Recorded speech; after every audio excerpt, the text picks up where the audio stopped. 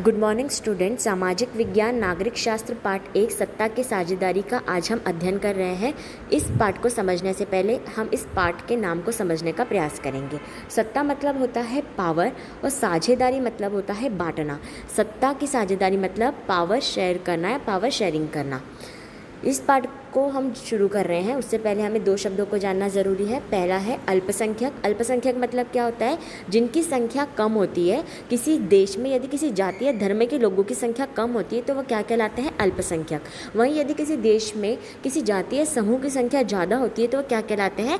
बहुसंख्यक। और सत्ता मतलब होता है ताकत या पावर।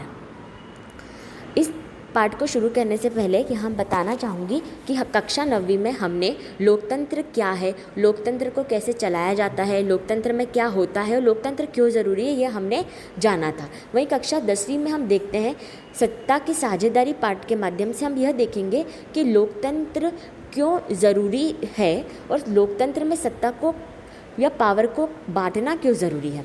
तो हमने इस पाठ में बेल्जियम और श्रीलंका जैसे देशों का हमने उदाहरण लिया है। हमने इन दो देशों का उदाहरण इसलिए लिया है क्योंकि ये दो देशों का जो समाज है, वहाँ की समाज जो है वो बहुत ही जटिल है, क्योंकि यहाँ पर विभिन्न प्रकार में के धर्मों के और विभिन्न समूहों के लोग जो है वो रहते हैं। जैसे हमारे भारत देश में विभिन्न धर्म के लोग रहते हैं, जाति के लोग रहते हैं, ठीक वैसे ही बेल्जियम और श्रीलंका की स्थिति भी उस समय की ऐसी ही थी।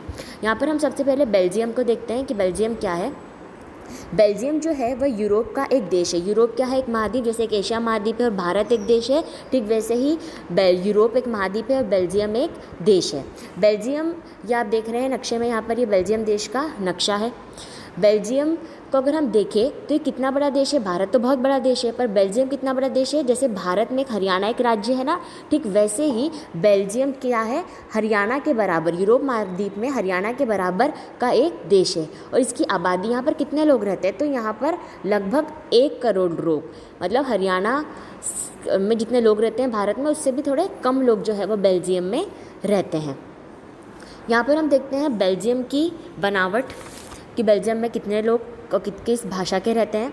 तो हम यहाँ पर देखेंगे सबसे पहले कि जो बेल्जियम देश है, यहाँ पर 59% लोग जो है वो डच भाषा बोलते हैं, 40% लोग फ्रेंच भाषा बोलते हैं और 1% लोग जो है वह बेल्जियम में जर्मन भाषा बोलते हैं। यहाँ पर आप देख रहे हैं नक्शे में आपको दिख जाएगा, यहाँ पर येलो जो पार्ट है, यहाँ पर ये डच भाषा का इलाका है। मतलब पूरे देश बेल्जियम में देखें तो यहाँ पर इतने प्रतिशत लोग, ये जो येलो में आपको दिख रहा है, यहाँ पर डच भाषा वाले लोग रहते हैं।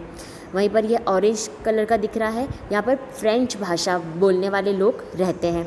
वहीं आप यहाँ पर देखेंगे, यहाँ पर यह लाइनिंग दिख रही है आपको, यहाँ जर्मनी भाषा बोलने वाले लोग रहते हैं। जर्मन जो लोग हैं यहाँ पर कम रहते हैं, जबकि डच जो लोग हैं, डच भाषा बोलने वाले लोग यहाँ पर ज़्यादा रहते हैं। सेकंड नंबर पर यहाँ फ्रेंच भाषा बोलने वाले लोग रहते हैं। यहाँ अगर हम देखते हैं कि राजधानी के बारे में, तो फ्रेंच की जो राजधानी है वो ब्रुसेल्स है। ब्रुसेल्स कहाँ पर है? यहाँ पर आप नक्शे में देखेंगे, जो यहाँ पर आपको एक छोटा सा दिख रहा है, ये है ब्रुसेल्स। बेल्जियम की राजधानी है ब्रुसेल्स। ब्रुसेल्स में अगर हम देखते हैं, जो ब्रुसेल्स जो इलाका है वहाँ पर हम देखते हैं तो इस राजधानी में सबसे ज़्यादा यदि कोई लोग रहते हैं तो वह फ्रेंच भाषा बोलने वाले, 80% लोग फ्रेंच भाषा बोलने वाले लोग रहते हैं। वहीं डच यहाँ पर 20% रहते हैं। यदि हम पूरे बेल्जियम की बात करें तो पूरे बेल्जियम में डच भाषा बोलने वाले लोग ज़्यादा है, पर यदि हम बेल्जियम की राजधानी ब्रुसेल्स की बात करें, जहाँ पर पावर ज़्यादा है, तो वहाँ पर फ्रेंच भाषा बोलने वाले लोगों जो है वह ज़्यादा रहते हैं। राजधानी में फ्रेंच भाषा बोलने वाले लोगों की ताकत जो है वह ज़्यादा है, वो वहाँ पर आर्थिक रूप से और सामाजिक रूप से ज़्यादा ताकतवर है। वहीं डच भाषा यदि देखें तो बेल्जियम में डच भाषा बोलने वाले लोग बहुत ज़्यादा है, 59%, पर यदि हम राजधानी में देखें तो वह सिर्फ 20% ही है। और फ्रेंच भाषा बोलने वाले लोगों के मुकाबले डच भाषा बोलने वाले लोगों का विकास जो है वह वहाँ पर कम हुआ है। वो आर्थिक रूप से और सामाजिक रूप से जो है वो फ्रेंच भाषा बोलने वाले लोगों की तुलना में कमज़ोर है। देखिए आप यहाँ पर देख सकते हैं फ्रेंच कम आबादी है लेकिन ज़्यादा समृद्ध है और ज़्यादा ताकतवर है। और डच भाषा आबादी तो बहुत ज़्यादा है परंतु शिक्षा में और स्वास्थ्य में और समृद्धि में वह पीछे है। यही कारण है कि यहाँ पर एक आबादी जो है उसकी संख्या तो बहुत ज़्यादा है और एक आबादी उसकी संख्या तो बहुत कम है, परंतु कम आबादी वाले लोगों ने ज़्यादा आबादी वाले लोगों पर जो है अपनी पावर दिखाना शुरू कर दी है। 1950 और 1960 के दशक में दोनों ही समुदाय डच और फ्रेंच भाषी समुदाय के बीच में जो है वह बेल्जियम में तनाव पैदा हो गया था। फ्रेंच भाषी जो थे उनके पास हमेशा से ही पावर रहा है, आर्थिक रूप से वो शुरू से ही समृद्ध रहे हैं जिससे कि उनका विकास जो था वह ज़्यादा हुआ था, उन्हें शिक्षा स्वास्थ्य आदि की सुविधा बहुत ज़्यादा मिली थी। वहीं हम देखते हैं कि हमारा दूसरा जो देश है जो इस लेसन में जो दूसरे देश का एग्जाम्पल दिया गया है वो एग्जाम्पल दिया गया है श्रीलंका में। श्रीलंका का एग्जाम्पल भी यहाँ पर इसलिए दिया गया है क्योंकि यहाँ पर भी बहुत जातीय व समुदाय के लोग रहते हैं जैसे कि हमारे भारत में रहते हैं। अब हम श्रीलंका को देखें तो श्रीलंका जो है वह एशिया महाद्वीप का एक देश है और यह एक द्वीपीय देश है। द्वीपीय देश मतलब क्या होता है कि यह एक द्वीप है जो चारों तरफ से पानी से घिरा हुआ है और इसकी जो स्थल रेखा है, इस देश की स्थल रेखा है, सीमा रेखा जो है वह किसी भी देश से नहीं मिलती। भारत जो है वो इसके ऊपर आपको यहाँ पर ऐसे बना हुआ, मैं अब बताती हूँ कि यहाँ पर ऐसे एक भारत बना हुआ है ऊपर की साइड और यहाँ पर नीचे श्रीलंका जो कि आपने अधिकतर नक्शे में देखा ही होगा।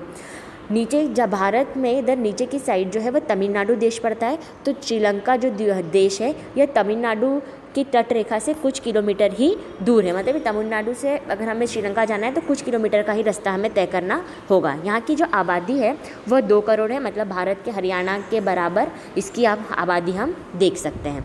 अब हम इसकी जाति बनावट के बारे में देखते हैं, मतलब यहाँ पर कैसे लोग रहते हैं। तो यहाँ पर कई जाति के लोग जो है वह रहते हैं। यहाँ पर 2 प्रकार की जाति के लोग अधिकतर आपको देखने को मिलेंगे, एक होते हैं सिहली और एक होते हैं तमिल। सिहली क्या होते हैं?